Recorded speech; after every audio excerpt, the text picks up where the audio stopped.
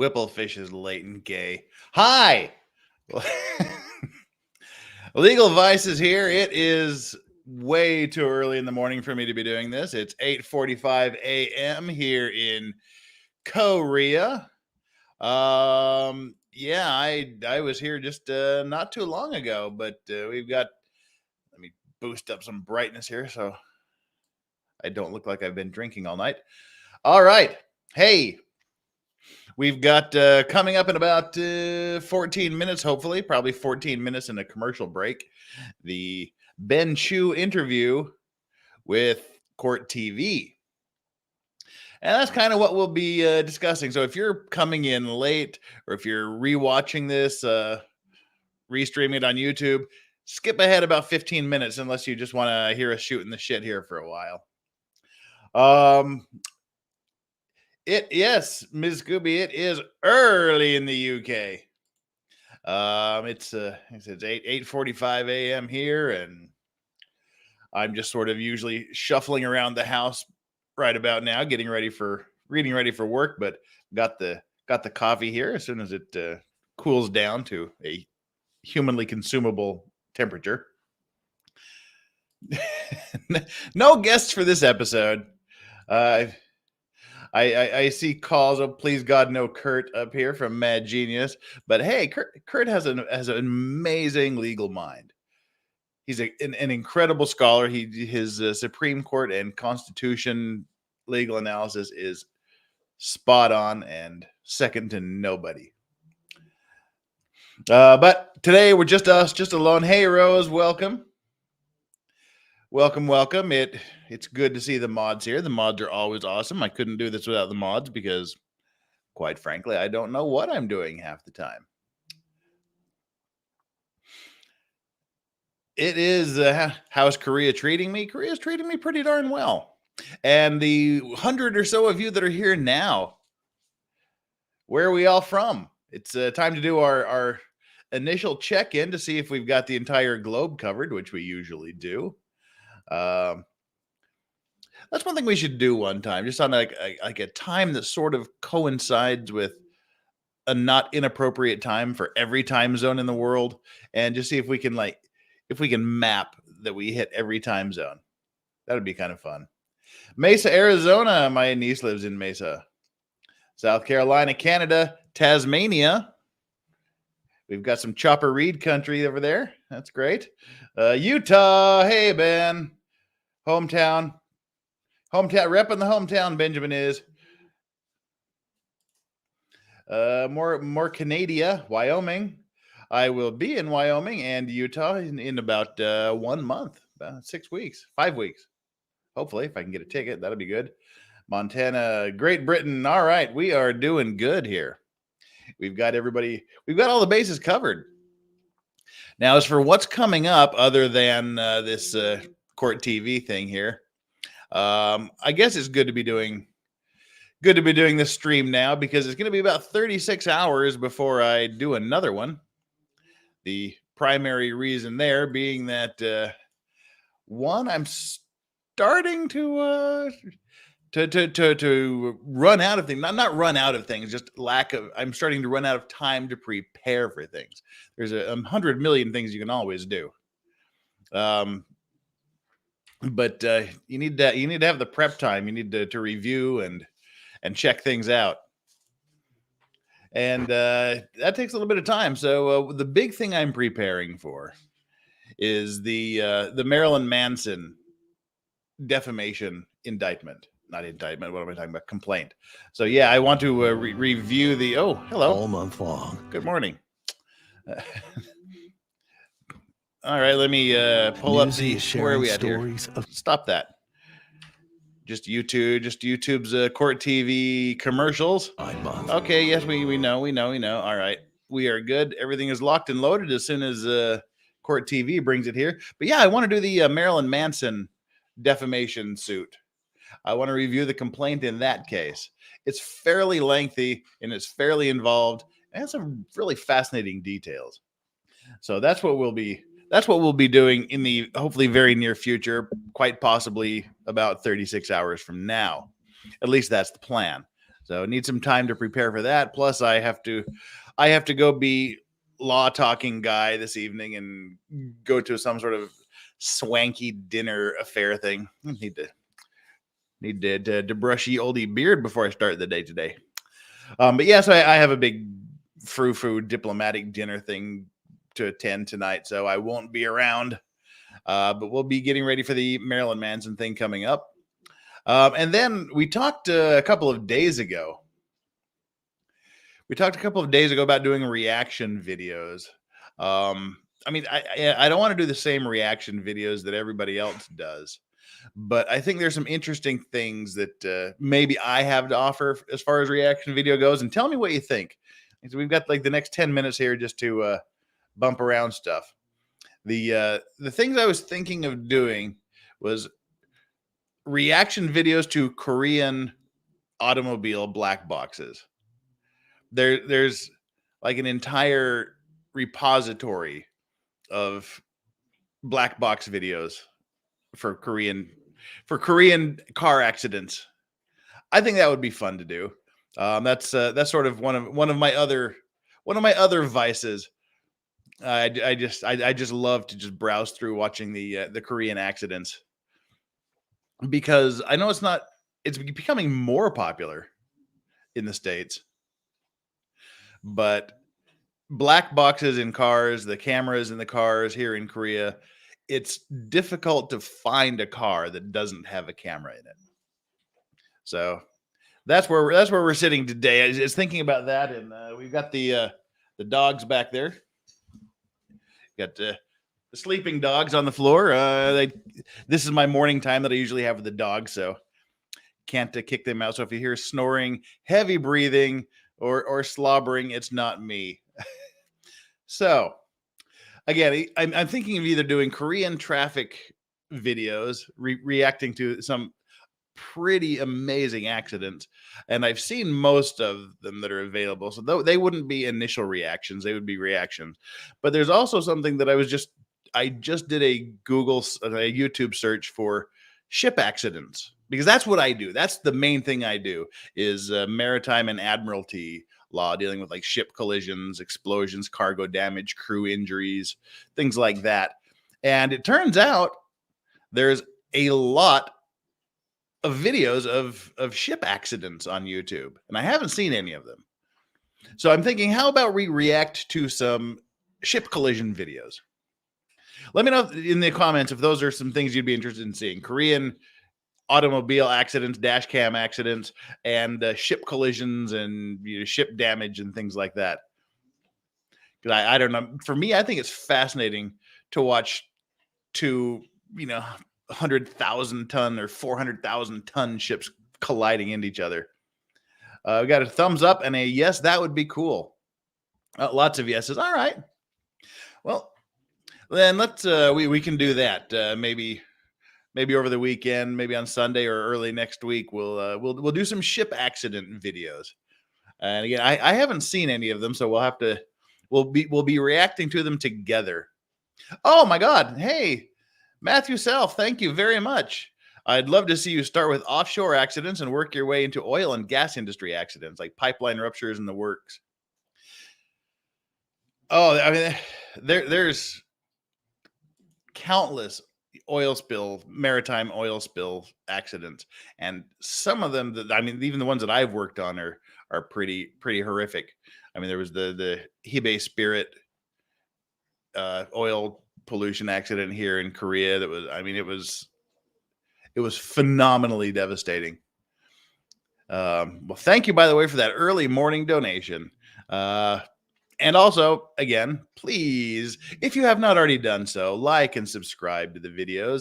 That would be awesome. And let your friends know.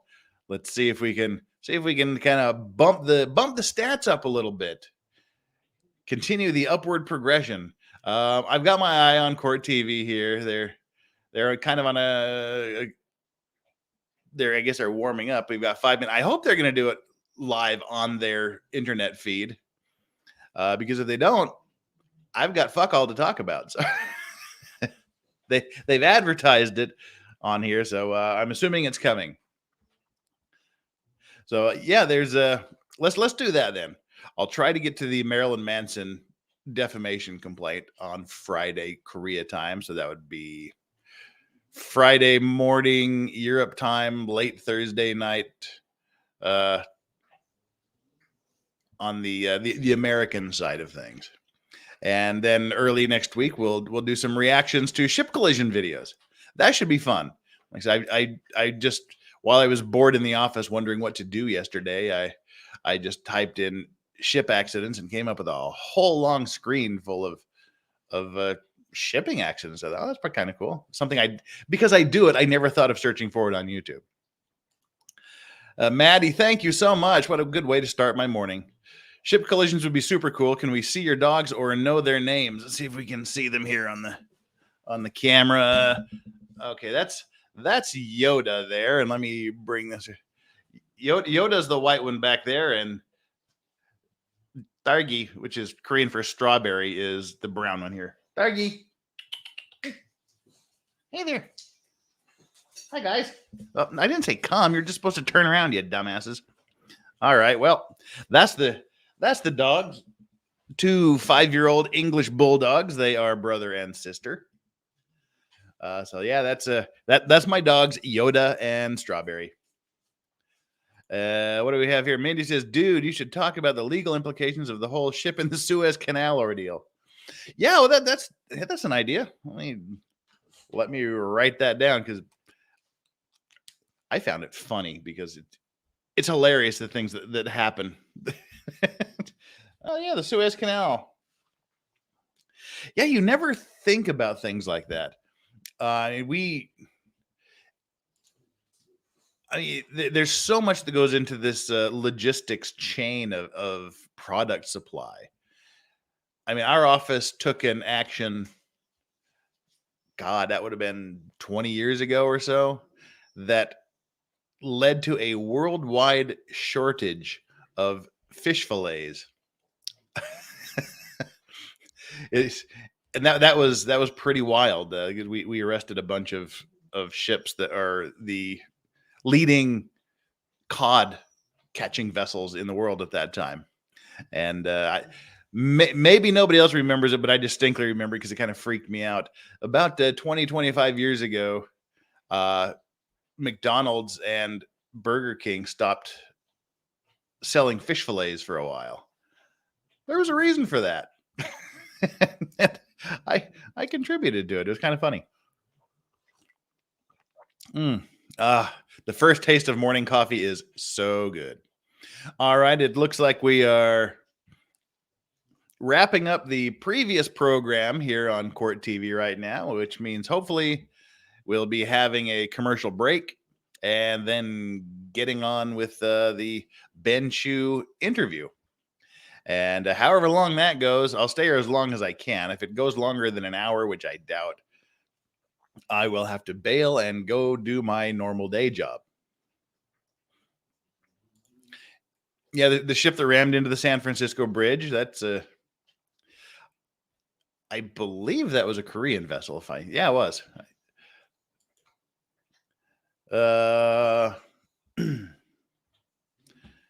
Yeah, we're not at the interview yet. I gotta know, do your dogs understand Korean?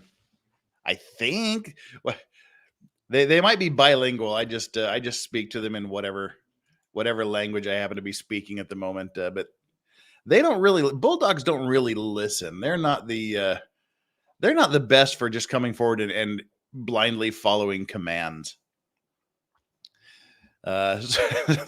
Maybe they don't understand anything. They understand the sound of their food bowl. They understand the sound of their snack bags being opened. But as far as listening to anything I have to say, they don't really. All righty. Let's bring the Court TV feed just up here into the smaller section. See what we're talking about at the moment. I urge you to contact the National Domestic Violence Hotline. It's completely confidential, okay, and they can help you find a way to safety. I'm Tamron Hall. Thank you for watching Someone They Knew. All right, that's they're wrapping that up. We'll just kind of keep an eye on it here. That's the feed we're getting from Court TV's internet deal. We don't need to give them some free advertising, so we'll bump up. Why no Camille? I don't know. You'll have to ask them. But it's Ben is capable. Hey, dog. See, I don't know if you can hear them. They're kind of licking their toys. Matthew Self again. I came from rackets and mindset. I'm not sure I fully understand your legal background. I understand you mess with maritime law. Brief synopsis. I just gave it, but I'll give it again. Yeah, ship accidents, ship collisions, things like that. Cargo damage, crew injuries, shipping finance. All right, let's bring this up here. Shut up. All right. Hearts were in our throats. We were hopeful. I guess this is just the preview presumptuous. Here. Tonight, we take a look at the entire interview as Ben Chu takes us behind the curtain, revealing what it was like to represent one of the most famous actors in the world. He looked to me and my team for that, and that was a great honor and privilege, and we knew that it was the most important case that Johnny had ever been involved with. And reacting to statements made by Amber's attorney after the $15 million verdict. That's what I want to see. It was almost more disappointing than her statement about evidence being kept out, because I construed that as an affront to the jury. And now the interview with the winning attorney from the trial of this century, Johnny Depp versus Amber Mindy. Heard. You're so sweet and kind and nice. Best legal channel ever. Obsessed with. Great to have you. Half as interesting, etc. Depp do shipping arguments. Wow, what a show we have in store for you this hour. It's going to be a whole hour. Unbelievable insight that you will get. I wanted to start though. When you're young, right, and you're thinking about what do I want to be when I grow up, and for lots of us, we want to be, maybe a rock star. That would be like a great career, right? Lame. Get up on stage, people screaming your name, asking for your autograph. I always wanted to be a lawyer. When kids were playing cops and robbers, I always wanted to be the judge. Be a great life, right? At least that's what you think. It would be a great life. You want to be a rock star or whatever your rock star is. You want to be famous. You want to be rich, all that sort of stuff.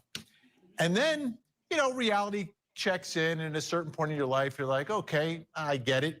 I can't sing. I'm never going to be a rock star. I mean, I'd get booed off the stage during karaoke, for goodness sake. So, you end up, maybe you go to law school, right? And you go to law school and you give up the dream, the original dream of being the rock star. And now you have new dreams, things that you want to accomplish, after going to law school. Maybe you want to be a great prosecutor, or you want to be a judge someday, or you just want to help get justice for people. Dude, stop stalling. Bring on Ben. And that's admirable, obviously, and a great career.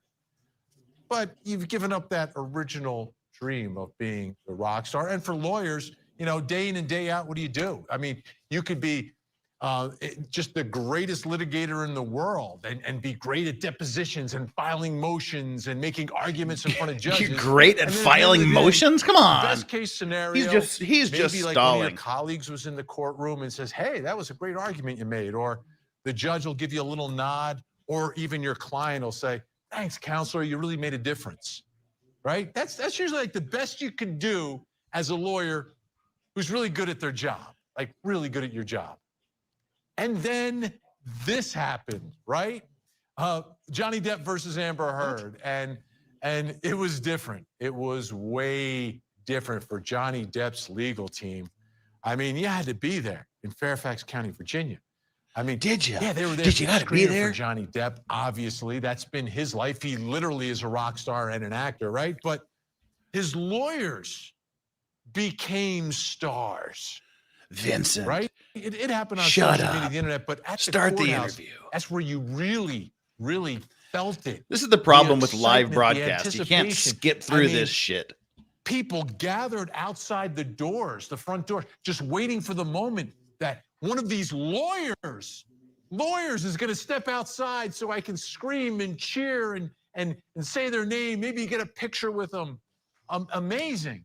Amazing. They became rock stars. Is it amazing, Vinny? And guess what happened?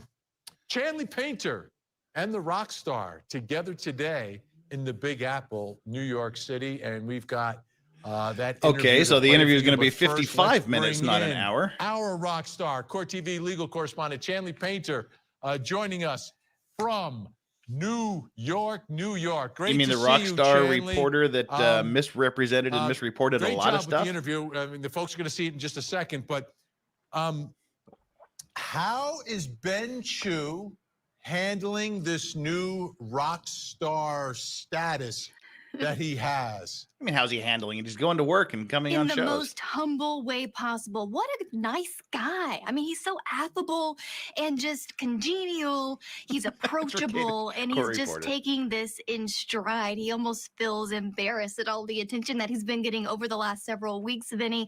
Great to be with you. I am here in New York City. Now, Johnny Depp may be across the pond in the UK, but his attorneys are here in New York. So we had to come here in person to meet with them. And I was very excited. You to people sit down in with Ben the Chu. United Kingdom, Great Britain, on the amount of time Ireland, whatnot. that we had Do you with hate him. it when I didn't Americans say even across get the to 3 pond? pages of I my do. multiple page outline with him, Vinny, but what we did glean, such key insights behind the scenes, things our cameras may not have seen during the six-week trial, and I can't wait for our viewers to watch it all. And it's so appropriate that you were timed, just like the lawyers were timed during the trial. You know, all right, you've got this much time to get it all. He talks like me. So let's jump right in. Let's take a look. Chanley Painter speaking with Jump right in 10 minutes after the interview started? Talking about, you know, getting involved with Johnny Depp and getting involved in the trial of this century. Let's take a look.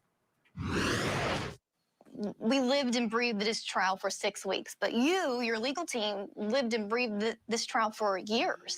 This was filed in 2019. You guys have been working. I looked through the court file. There are hundreds of documents back and forth in this case file.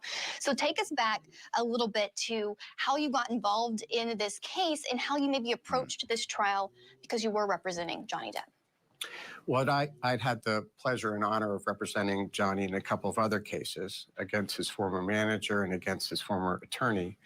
So when this case came to be thought of, he looked to me and my team for that, and that was a great honor and privilege. Okay, so he represented him previously. The most important case that Johnny had ever been involved with. So we gave a lot of thought to the personnel we were going to bring to bear. And we assembled what I think is the best team our firm could muster. And we had people from our Orange County office, people from our New York office, people from our Boston office, and people from our office here in DC. Dozens of attorneys, the whole team, like an army, I think is what I called them, of attorneys. And small army. Small army. And you delegated certain roles, but this was a lot of unglamorous or unspectacular preparation, I think. Oh, it's all unglamorous preparation. Give us an idea, if you can, the amount of hours that your team put in. It was a massive amount of hours, and there were also, in the years leading up, and you're right, we filed it on March 1, 2019. Ms. Heard's team had at least 3 sets of dispositive motions seeking dismissal of the claims on various legal grounds. So that was something we had to contend with. There was also a lot of discovery, a lot of document discovery, and many, many depositions. I mean, there were many lawyers working in the day-to-day, 18 hours a day, putting documents together. He wanted to know exactly what we were doing, who we were speaking to. He had a lot, without disclosing attorney-client privilege, he had a very heavy input into the strategy. He's a super bright and thoughtful person. So it's very helpful to have a client so involved in the process. And both Johnny and Amber took the stand in this trial. Let's start with Johnny's testimony. How did you help him prepare for the days he was on the stand? Mostly it was Jessica Myers, who's a very talented attorney in our New York office. We tried to match up attorney with witness. And it was our collective thought that Jessica and Johnny were a good match. They're both very quick, they're very, very smart and diligent. and it really worked out. Their lights well. must be So really bright. He's got most some of the like blinking ticks preparation going was on here. one-on-one, Jessica and Johnny, or with Camille or me. We brought Wayne Dennison from our Boston office to come in and play the heavy, and a role he played very well. Great cross-examiner, by the way. Oh, well, I think Wayne is the best. He's terrific. So he came in to play the part of Ben Rottenborn, cross-examiner, because we anticipated prepping is they awful. would put a man on Johnny and try to get him riled up. So I think Johnny was well prepared. But as to the substance of his testimony, that was all Johnny. We of course had suggestions, as you do with any witness, but the words were all his. On that cross, because there were moments that went viral from that cross-examination. Thank you. So I'll just stop talking. Thank you. I appreciate it. I want to be Certainly, respectful of the not a court's problem, time and Mr. the Rottenborn. jury's time. Sorry?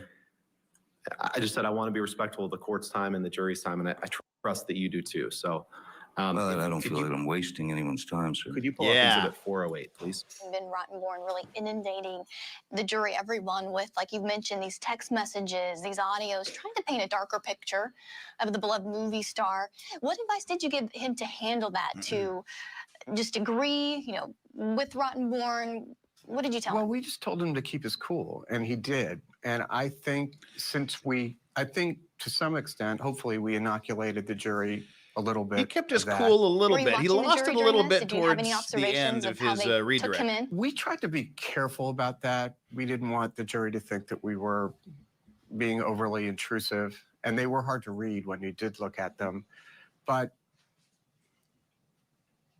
I thought, and he's a very effective examiner, but I thought the repetition of bad texts didn't resonate that much, because in none of those texts was there any admission or suggestion that he had done any of these things. All right, folks, we're just getting started. Chanley Painter staying with us the whole hour. I want to get to this commercial quickly because we have so much more to show, folks, including Johnny being bad. How did he handle and deal with those text messages? Chanley's asking all the right questions tonight. Let's take a look. All right. We'll pop out of that while they do their commercial break, because the internet commercials are just streaming music services. Repeat, repeat, repeat. So, all right. I was expecting this to be like a 60 Minutes interview, something like that, where it was just sitting down, asking the questions, not listening to him ramble about stuff and then having them pull up some video of them talking about what he just talked about. But hey, whatever. That's interesting that they were talking about doing the mock trials, trying to get Johnny riled up. I mean, that's what you do. You have, if you've seen Suits or any other things like that, you will literally run through the trial before the trial happens. You'll do the mock trials around the office, and you'll bring people in that their job is specifically to prepare the witnesses for cross-examination, to hit the points that, and usually hit them harder than a normal opponent would, just to try to shake them and to let them know that some of these really tough questions can come in. And he talked about, I thought it was interesting, like I said, when he was talking about Johnny not losing his cool, he started to get a little bit testy there at the end of his redirect, the cross-examination on his redirect. He was getting a bit snippy with opposing counsel, which didn't come off very well. I thought that was the most damaging testimony on his side for the whole trial, was him sort of kind of losing his cool there at the end. Phoebe Z says, I could never get into Suits. I mean, if you're going into Suits for legal drama, that's probably the worst show ever to watch. It's horrible. You saw this minor defamation case. It took years to come to court. It's not one of these, oh, you defamed me and something went horribly wrong, so I'm going to sue you and trial's going to be next week. Yeah, that was just more your buddy guy comedy show. But they did a lot of the mock trial stuff in Suits. I watched a trial on Jeffrey Middleton's channel today. it was an eviction tenancy suit. I'm now able to be like, hey, knock it off with the hearsay and speculation. we're all becoming hearsay and speculation and lack of foundation experts. Now, not that this is construed to be legal advice in any way, shape, or form, but if you're ever accused of hearsay, just start off again with what, if any. Apparently, that's the magic bullet. But it's not. Get Wayne Dennison on your channel. Nobody's interviewing him for whatever reason, because it's my understanding he's like the senior partner, the managing partner of the firm. That's my understanding. I mean, he's the big guy. Like I said, his job is just to answer the Dark Souls summoning sign, help you defeat the boss, and then go back to his own realm. I don't think will come anywhere near any media, and he's certainly not coming to my channel. Not that I'd say no. Honky Kong. Like any of the Law and Order shows, I didn't see a lot of the Law and Order shows. It just wasn't a big thing here in Korea. So yeah, I haven't really seen much of them. All right, looks like we're going to be jumping back in here soon, so we'll be right back. Yes, we will.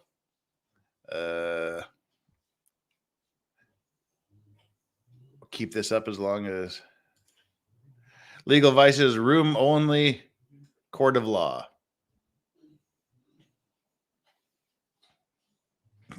Okay, here we go. We are back. Let me pull up the volume again. 3 exclamation points. You say, let's drown her before we burn her.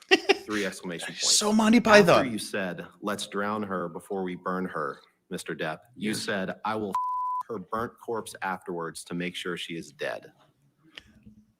That's what you said that you would do. Oh, that's funny. After you burned her and after you drowned her. Did I read that right? You certainly did, yes. Some difficult stuff that Johnny Depp had to deal with on the witness stand. How do you prepare for all that? Still with me, Court TV legal correspondent Chanley Painter, who spoke with the lead attorney from his team, Ben Chu, today. That had to be a big part of what they had to do here, because there was so much of this bad character kind of evidence directly related and connected to Johnny Depp in this case. Yep.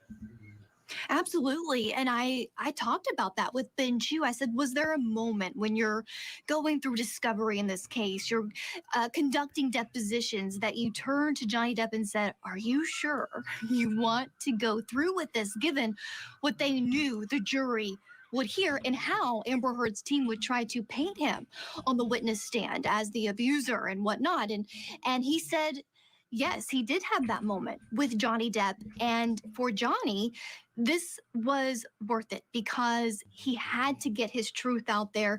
He had to do it for his children, whatever it took. He knew the risk about it, and he wanted to go forward, and he did. Like we played earlier, prepare with the team of attorneys. His time on the witness stand, he directed how he would tell his story. And it was so interesting to me, Vinny, to hear that Wayne Dennison, really one of the unsung heroes of Depp's team, the cross-examiner of most all of the experts brought forth, really did hold Johnny Depp's feet to the fire, trying to prepare him for that cross, which they just told him just to keep his cool and be himself. Absolutely. All right. Well, how about we have Ben Chu talk about this shit? Ben Chu. So during the trial, there was a lot of unflattering, as kind of mentioned, exposure into Johnny and Amber's relationship. At any point, you know, when you're reading through the discovery that you mentioned or the depositions that you're conducting, did you think of asking Johnny, are you really sure this is what you want to do? We'd crossed that Rubicon before, and we knew that there were some unflattering texts. Well, you have to get out in front of it. You have to get the bad shit out before the opponent gets the bad shit out. So we thought that those needed to be brought out affirmatively by our side, exactly, and put into context. So we did that. I mean, we never tried to portray Mr. Depp as a saint. He's a man who owns his faults.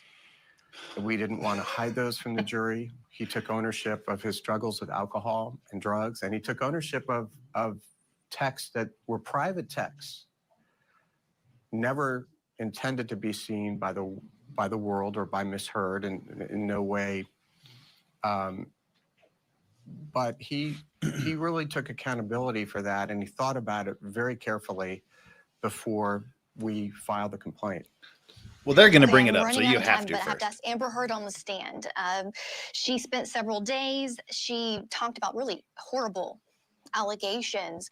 Jury ultimately didn't believe her. Why do you think that is?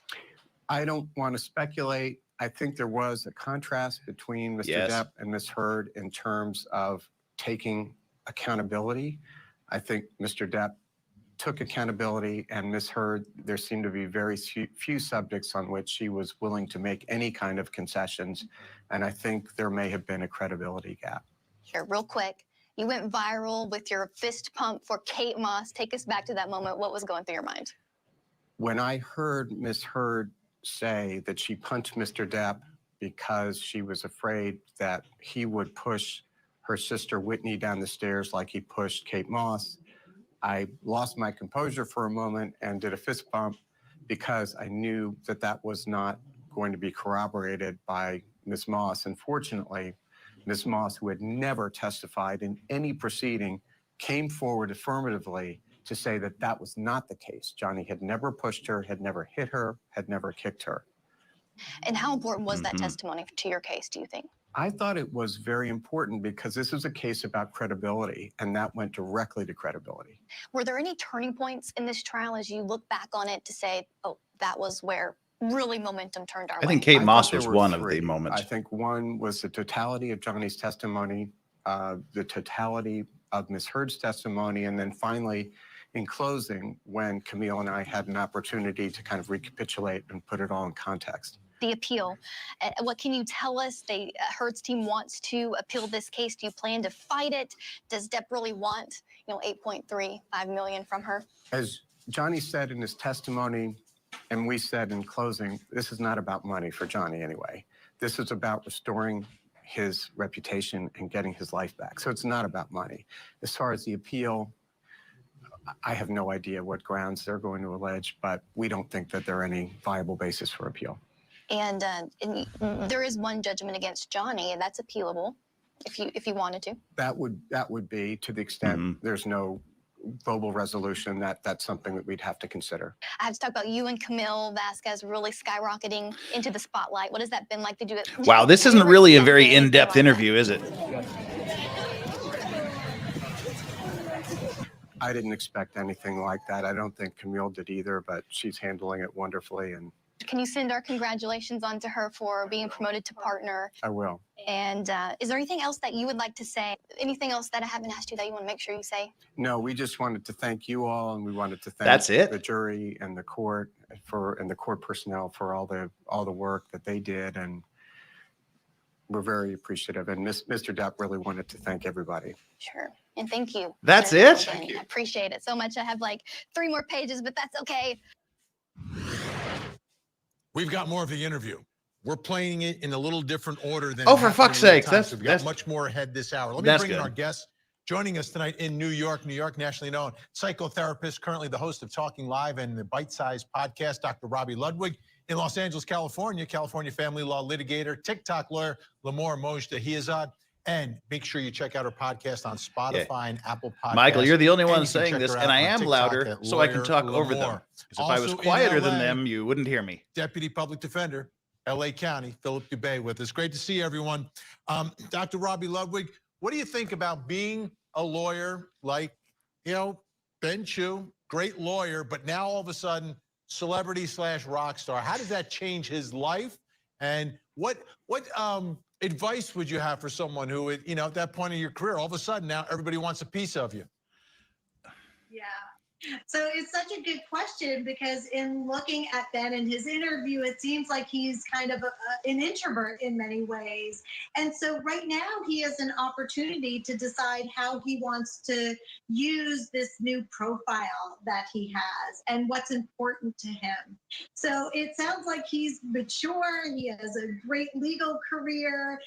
And I imagine he'll use it just to attract new great cases. Ben Chu is mature. That's how I see him using it. I don't Great see fucking him analysis as there. wanting to have his own show. That's just not my impression. Yeah, Lamar, you know, we don't expect this when we go to law school, right? We don't expect to walk out of a courthouse and have people screaming our names. It just doesn't happen to lawyers.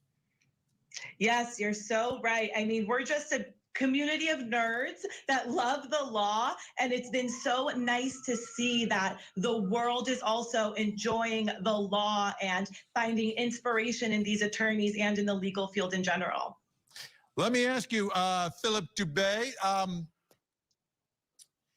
Ben Chu, where he is right now in his career, what do you think? How does it change his life? How does it change who you are when you go from being just a great lawyer to a famous great lawyer? Well, assuming he wants to stay in the law, he's going to be able to write his own ticket. And what it's going to do is draw future clients. He's going to make it rain, as we say in the civil industry. He is going to bring in the big bucks, bring in more business, more clients. He'll probably be made an equity partner, and he'll make big bucks. And he can just sit back and start delegating the files to the associate attorneys and just tell them how to try cases as he's out there drumming up more business. He won't have to be hands-on anymore in the courtroom. And oftentimes the lawyers who are in the trenches all day, they look forward to delegating and going into management so that they can mentor and groom some of the younger. They're talking like Ben Chu just got out of law school. You know, yet to be out there long enough to have the same experience that Ben had. So I actually celebrate his accomplishment. I think it's wonderful, and I think the best is yet to come for him. Yeah, living the dream. You know, and you know, you don't expect it. You just don't. You do your job. You're good. You have clients. You have cases, but you never could ever plan for something like this. All right, guest staying with us. We've got more. Chanley Painter's still going to be with us. We have more of her interview with Ben Chu coming up. Don't go anywhere.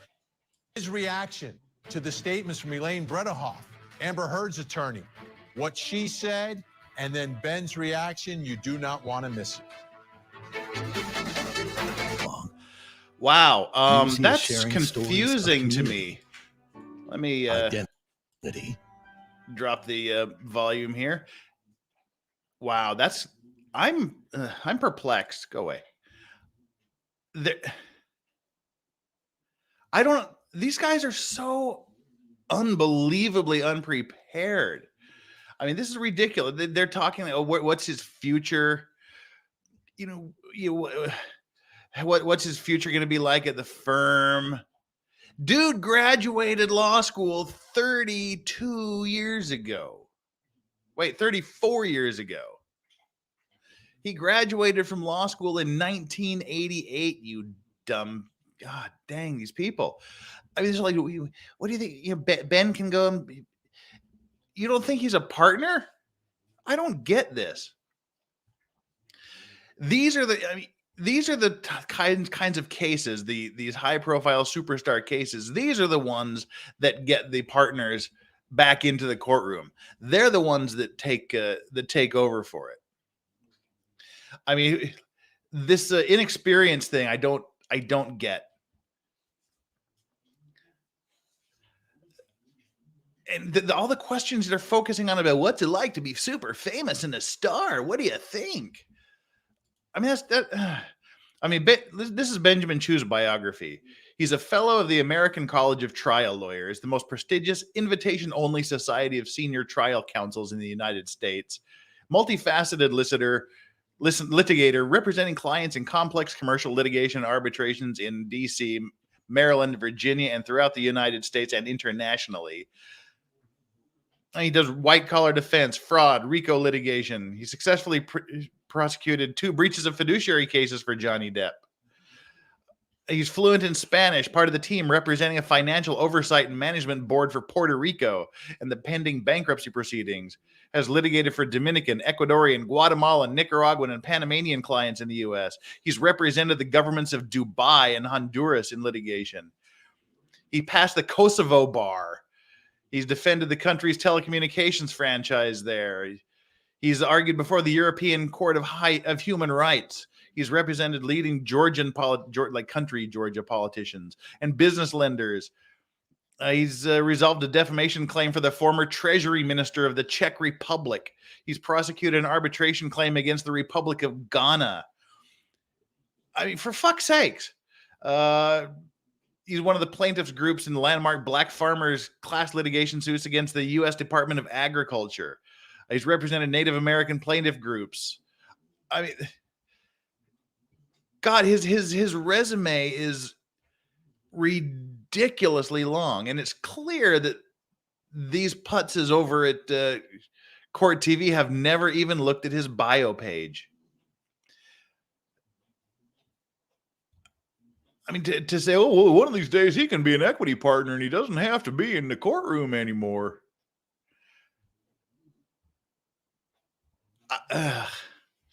Yeah, whatever. That's just typical for our friends over there at the channel. All right, looks like we're going to be heading back again, so we'll bring it up. We'll turn on the volume. And now that I've got all that out of my system, wait, come on. There we go. Mindy says, I motion Court TV to be referred to as Thwart TV or Abort TV from now on. .com. Yeah, I mean, seriously, he has an amazing CV. But these are the cases that draw the high-level partners out. Hold this man responsible. He has never accepted responsibility for anything in his life. You've heard it this whole time. He hasn't admitted to anything. He's blamed everybody in the world, his agent, his manager, his lawyer, Amber, his friends, everybody. But he's never accepted responsibility for a thing he's done in his life. That is such bullshit, and you know it. That was Amber Heard's attorney, Elaine Bredehoff, during her closing argument during the trial. Elaine. Now, after the verdict came in, Elaine Bredehoff sat down for an interview with the Today Show, where she talked about Amber's reaction to the jury's decision. You know, one of the first things she said is, I am so sorry to all those women out there. This is a setback for all women in and outside the courtroom. And she feels it, and she feels the burden of that. In her interview with I've never had any Depp's Australian attorney, Charlie alcohol. Painter gave Benjamin Chew the opportunity to respond to some of the statements that Elaine Bredehoff made on the Today Show.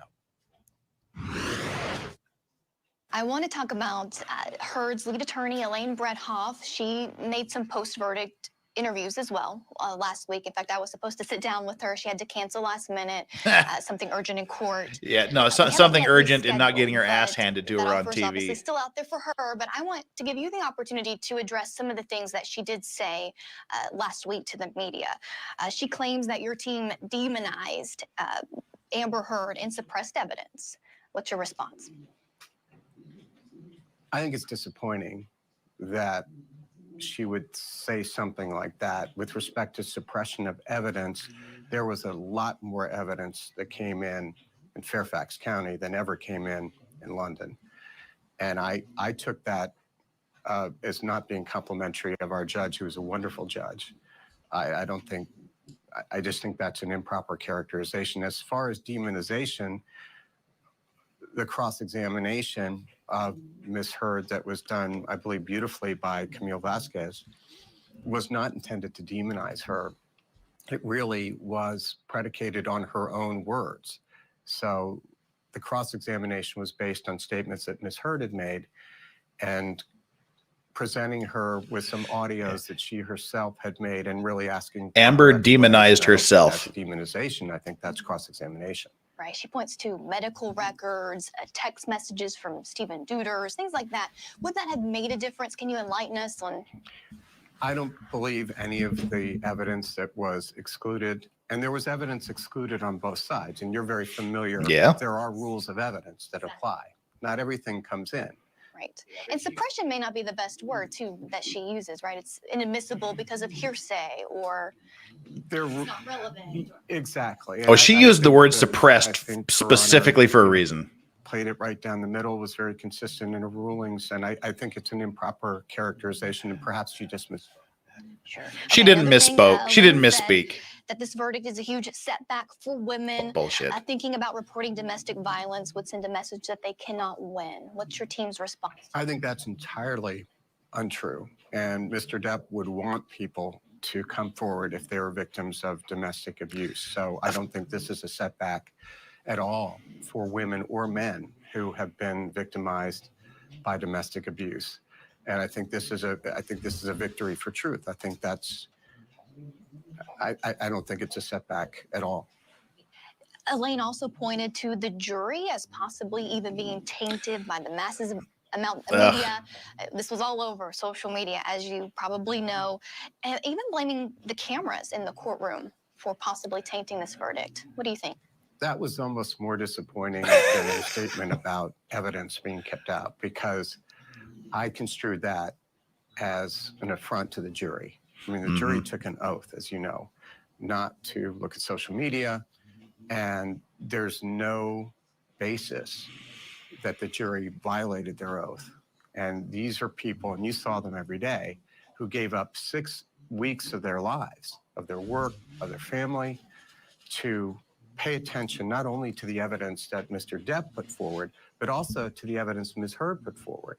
And to cast a shadow on them, I think, was really unfortunate and disappointing. Yeah, there was a statement even recently that Heard's team released. I'm sure you've also read this, but I want to get your take.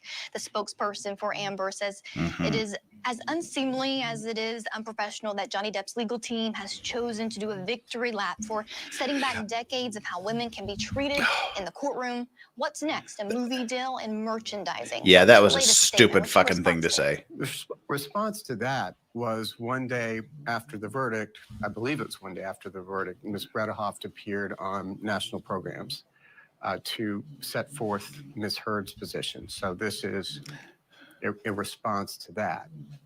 Yeah, she brought it on. Want to bring back in Chanley Painter, Court TV legal correspondent in New York City tonight. Chanley, did you get any feeling for what the nature of the relationship is between the two legal teams? I don't even know if they knew each other beforehand, but is it bad blood, or is it just, hey, we did battle and we? Why would they know each other? One's from California and I one's always from have my eye out Virginia. for inside the courtroom.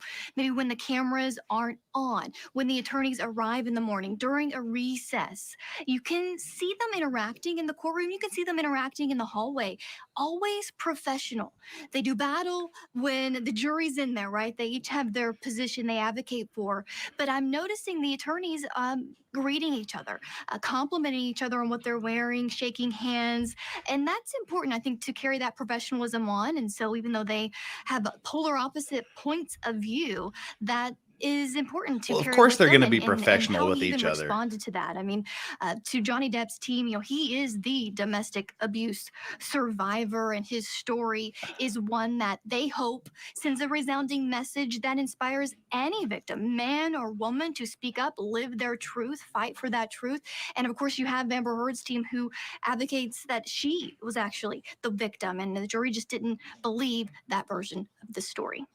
That's right. Somebody won, somebody lost, and it was very clear at the end of the case. Chanley's going to stand by. I want to bring back in our guest, Dr. Robbie Ludwig, Lamar Mojda. He is more experts. Lamar, let me ask you, what did you think of Amber's response and Amber's team's response? Did it sound like sour grapes to you? It did a little bit, and last time I was here, I emphasized the need to respect the court process and the outcome, and to question the motives of the people who were tasked to come to this decision, I think is unprofessional and unhelpful. And I think that for someone whose complaint is that the decision was too heavily influenced by the court of public opinion, to bring those grievances to the court of public opinion is just a little bit too hypocritical for my taste. Yeah, Philip, what was your reaction to the response from Amber Heard's side? I think it was wholly unnecessary. Now, I will say this, though, to be fair to Elaine Bredehoff, I actually really like her. I think she's a very classy lady, and she's doing whatever she can to represent the interests of her client. I don't think she's a classy lady. I think what she was doing was not attacking the jury. She was not attacking the court. I think she was voicing some of her disappointment with the rulings and obviously the outcome. And I think one of the issues, and it's a good issue, frankly, that will be raised on appeal, assuming Amber can get the funds together to post the bond to get into court on appeal, or if she has an insurance defense company defending her, I don't know, they might exercise their rights to take the appeal. But there's going to be this idea of what we call issue preclusion or collateral estoppel, meaning you just don't listen to words. Issues of defamation that were already litigated in Britain. And both sides had a full and fair opportunity to litigate those issues. And because there was a final judgment, the only sim for Elaine, that's gross. Issues in favor of Amber Heard should have been imported into this case to preclude further litigation on the issue. We'll see what the court does. No, we can't have a 71-year-old man wearing a wig make these decisions about cases in the United States, Philip. That's crazy. No, the issue is the issue. Was the issue decided where both sides had an opportunity to litigate? Decided by a 71-year-old judge. It's not by real people. We the people. We the people. We broke away from them years ago. I think it was like 1776. Don't get me wrong. I don't agree with that judge's decision. Okay. I actually think the judge was wrong. Don't get me wrong. But remember, if you're Elaine Bredehoff and you are advocating for your client, Amber Heard, you're going to look for every which way to reverse this judgment on appeal. I got but you. It was a real issue they brought up. It's just no, it's not a real issue. What happened in England has nothing to do with what happened here. We've got our own constitution, a little bit better than theirs. Let me ask you, Dr. Robbie Ludwig. They keep saying this is a setback for women. A setback for women. That's, that's their perspective. I don't think the jury thought it was a setback for women. And there were women on the jury. A setback for women. There were a lot of abused men that felt very validated and liberated by this decision. Exactly. Listen, when women are victims of domestic abuse, what's most important is that they have a place to turn to. Usually the first place to turn to is not the court of law because they want to survive. So a support group or an organization or therapy is usually where they first tell their story. So I would hope it's not a setback for women. It just sounds like PR spin that Amber was talking about, and I don't even of course believe it's PR that spin. That was her first concern. I think with Amber, her first concern is always herself, and in part that's what the jury responded to: a lack of wow, I like her. Of what she did wrong. Even in the article, she just points the finger, blames, and doesn't talk about where she was wrong in this whole picture. So it's Amber's likability problem and credibility problem that was really the issue here. She is not all women and all women are not her. Yeah, and the self-awareness is real because those post-verdict statements made by Amber Heard potentially more defamatory than the Washington Post op-ed. And we'll see how that plays out. But I know our time was short tonight, but I appreciate you all coming on and helping us through this big, big night here on Closing Arguments. Dr. Robbie Ludwig, Lamora Mojdehizad, and of course, Philip Dubé. We'll see you again really, really soon. When we come back, we've got more from Chanley Painter's sit-down interview with Ben Chew. A little bit of the reaction to the verdict next.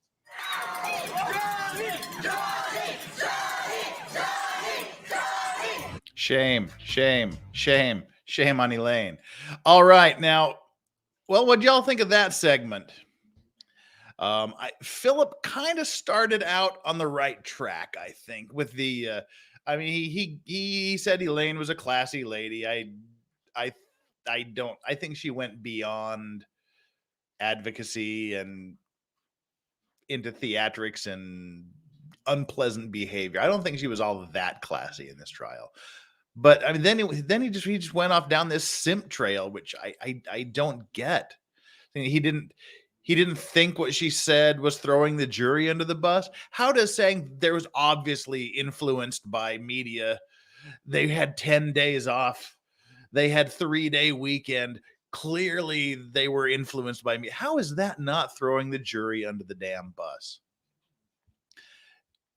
The doctor, I really liked her. The doctor seemed to kind of be on the right track, I think. I mean, she had a good analysis. I mean, what are you guys thinking? I think overall their vibe, I hate that word, but their vibe, their conclusions they're reaching, their points are generally correct. I think they're just kind of being court TV rather than court about this. You know, the host is a bit over the top. He's making good points, but he's kind of doing it in an overly excited way.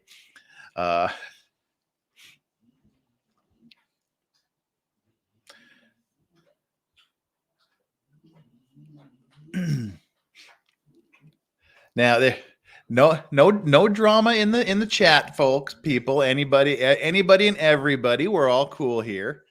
It's just let's all take a breather and everybody relax. We're all good. Now we've got the last segment here, which is I'm wondering how all of this is going to play out. How are they going to wrap this up? I mean, by doing this thing out of a sequence, they're kind of going to sort of wrap it up in the middle of a thought thread. That's kind of weird. As someone was mentioning earlier, it's strange that they did this out of order. You know, they've already had their final. We're out of time. We wrapped up the interview stuff, and now they're going back into the interview. Let's see. What do we have? Where do we go here? Both of Elaine's interviews, she had a prepared script. Oh, yeah. And it's interesting to see how the strict media is handling these things. You know, it's they're going down the PR trail. They're going down the PR trail.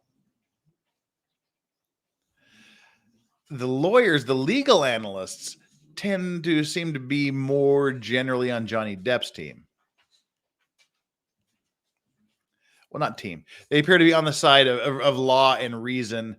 There's a few of the hardcore law team that are on Amber's side, and they always will be. The ones that are saying that female lawyers representing Johnny Depp are setting the system back. I mean, if you're open and honest from a legal perspective, the only way I can see you can possibly come down on this is supporting the verdict. I mean, if you're going to drink the Amber Kool-Aid and think she's right no matter what, then you're going to discount what's going on. The media is being fed by your PR team. That's obvious. All the same talking points. This imperfect victim, the juror misconduct allegations, they're coming straight from the PR team. I mean, that's pretty clear. All right, we are back. Ben Chu, Johnny Depp's lead attorney, here talking about the verdict. When the verdict came in, our hearts were in our throats. We were hopeful, but not presumptuous. So we were really sweating it out. It took nearly 13 hours for the jury to reach this verdict. And as an attorney, I know that can be, really anxiousness going through what you were thinking.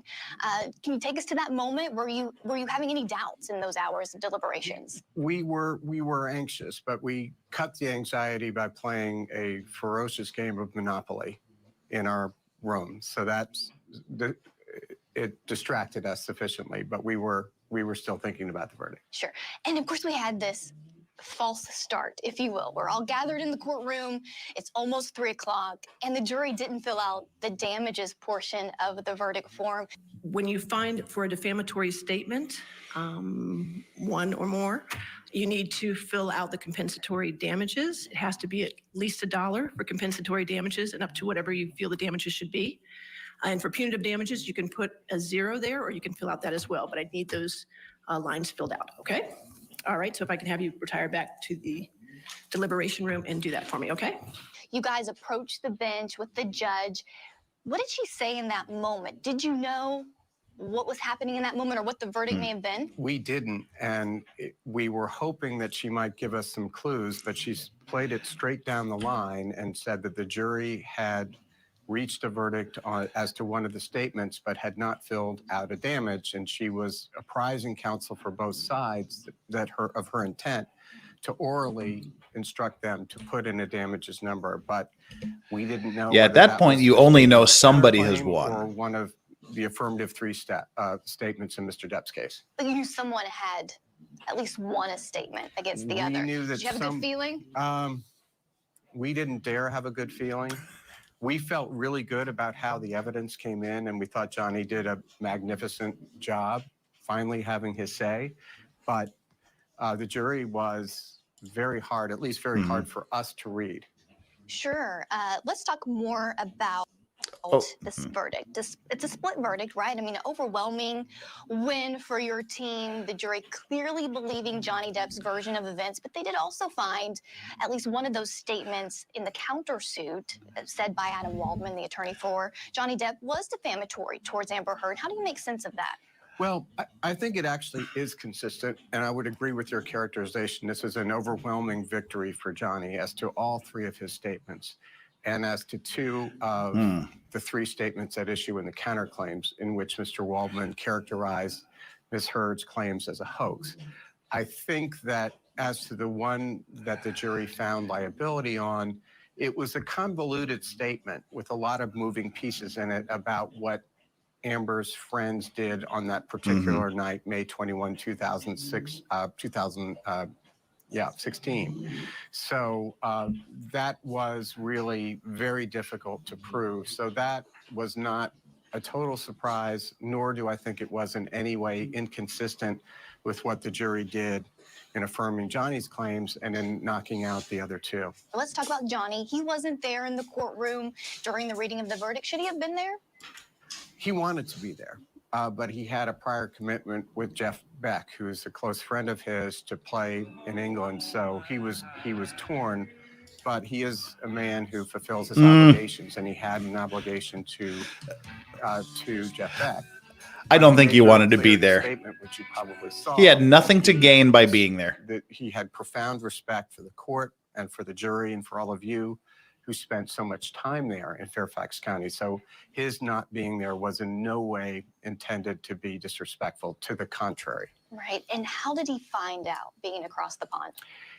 Well, stop saying across the pond, Americans. It's not ours. And we weren't, obviously, we couldn't share that moment with him, but we did FaceTime him, and he looked like the weight of the world was off of his shoulders. And yeah. Tell us more about his reaction. And I see you becoming emotional. You became emotional during closings, too. Yeah. I mean, his life was on the line. So we felt very strongly, and we felt strongly that he did not do anything remotely like this. And we all felt that way, or we wouldn't have been working on it. So. And I could see that every day. You know, I was there in the courtroom. That's powerful. Lawyers don't get emotionally involved in their clients a lot. He's a great guy. I mean, he's got a terrific sense of humor. And the fact that he could show that when the worst possible details about his life were being exhumed on an international stage. I mean, he knew when he had us file this case that there was going to be embarrassing, humiliating information about his personal life, and yet he did this anyway. And it was because the charge against him, he felt, was so heinous and something with which his children should not have to live. Right. And considering that, did you also have to sort of prep him for the worst as well in the outcome of this case? We did, and I think he was quite cognizant of that in light of what happened in London. And we went through a mediation, and the mediator was candid about defamation cases, as you know, are very hard to prevail on, even under the best of circumstances. So this, I think he went into it eyes wide open. You kind of took my next question. Was he aware of what a long shot this was? Because like you said, the law for actual malice and defamation, especially from a plaintiff, is difficult. Especially for a public figure. It's a very high burden. I think he understood that, but I think he felt that he had no other choice but to try to get the truth out and to have his say. And I think irrespective of the verdict, I think he was pleased that he had a fair opportunity to be heard. So I think either way, I think he had the satisfaction of having his say. And it's been about a week now. Have you talked to him recently? How's he doing? He seems to be doing fine. He's quite busy. He's doing shows with Jeff Beck, and I think he's finally able to breathe. One of his friends said that he hasn't seen Johnny smile like this since 2016. Let me bring back in Court TV legal correspondent Chanley Painter. Fresh off this interview, Chanley, an amazing moment there. He got emotional, Ben Chew did. Yeah, he did, Vinny. I could tell that his eyes were welling up with tears, and I just wanted to give him that moment to express what he was feeling. He was really reliving the verdict and what that meant for his client. You know, if you think back to He wasn't reliving the verdict. He was reliving the shit that Johnny Depp's gone through the last 6 years. Final tidbits to the jury about what this means to Johnny Depp, that he needs his life back. He's doing this for his children. And again, he had tears in his eyes, which really goes to show how invested he is in his client, how much he believes in Johnny Depp. Yes, and this was a civil case. Civil cases about generally damages, money, etc. But it really brought home the point that this was much, much more. And it was the kind of reaction we see sometimes with criminal attorneys who are literally have clients' lives in their hands. Absolutely. And, this is a relationship between Ben Chew and Johnny Depp that has been years in the making. He's represented Johnny in previous matters, litigation matters, and he's still representing him in a couple of other legal matters moving forward. I did get to ask, what is next for Johnny Depp? Everyone keeps asking what's next. And of course, he's going to keep himself busy playing music, but also he has a movie coming up in France, Vinny, later this year. All right, Chanley Painter, job well done, as always. Enjoy the Big Apple. Get a slice. Talk to you later. Think Tank next, their reaction to Chanley's interview. Don't go anywhere. Wow. That was kind of underwhelming. It was good to hear the points that Chew was making. But yeah, I did not like the way the interview was done. Yeah, I thought it would, I thought it would just be one of those, you sit down, you start the interview, you play through, not this little bits, bites, and segments of an interview. Oh well, it is what it is. It was what it was. Again, Ben Chew getting emotional is a huge thing. I mean, that's just, lawyers don't get that connected to their clients. You can't get that connected to your client. I mean, if you were that connected to all of your clients, you would be a wreck.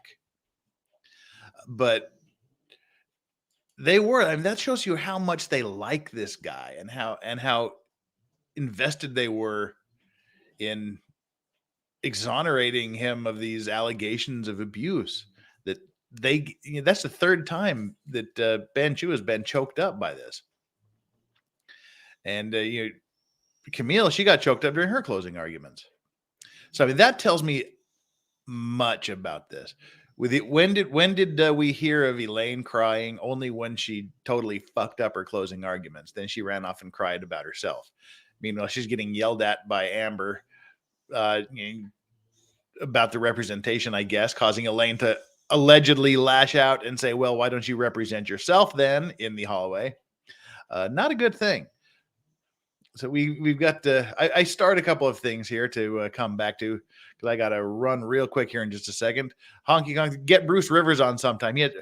I would love to have Bruce Rivers on my channel, but he has nothing to gain by coming on my tiny little channel.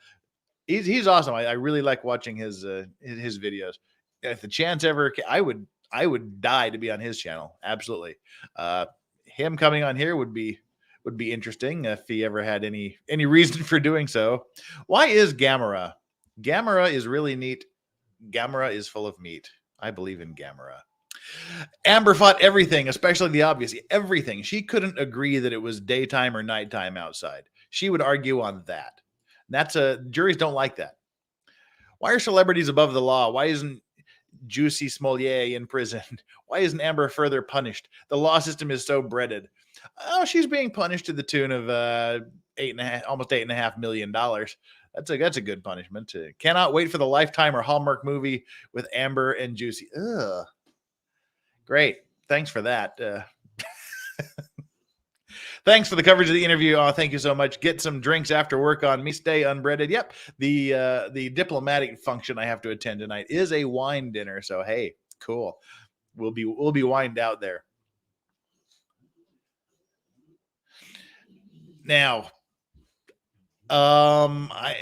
it seems like there was also an interview they did on Law and Crime. So the law cucks apparently sat down with Ben Chew too. Well, I'll watch that today during lunch break or something to see if it's something that we want to do. But the next thing we do here will probably be about 36 hours from now, 34 hours from now, starting our review of the Marilyn Manson defamation lawsuit against Evan Rachel Wood, I believe her name is. That should be fun or interesting. And then early next week or over the weekend, we'll get into the shipping accident videos. But again, I just wanted to come on here, watch this live, and as long as I'm watching it, may as well invite all of you into my living room. He's leaving. Yeah, he's leaving. He should be in the office literally right now. So I'm going to be about 20 minutes late to work while I get out the door and drive the quick 10 minutes to work. But yeah, it was just a quick thing I was going to be on here for. Stay tuned.